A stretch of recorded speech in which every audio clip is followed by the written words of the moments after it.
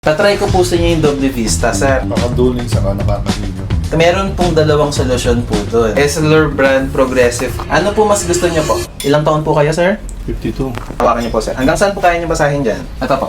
Yan, malinaw pa rin.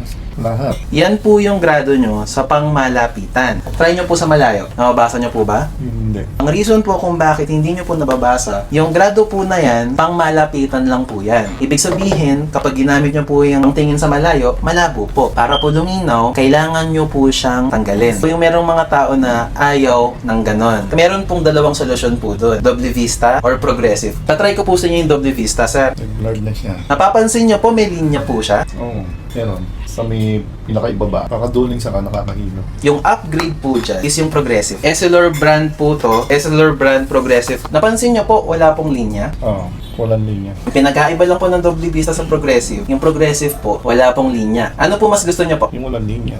Po. Kasi Nire-represent po nito yung radiation po ng araw saka radiation po ng gadgets po. Lahat po ng eyeglass po namin, meron na pong basic anti-radiation coating na po. Napapansin nyo po, nababawasan nyo po ng konti.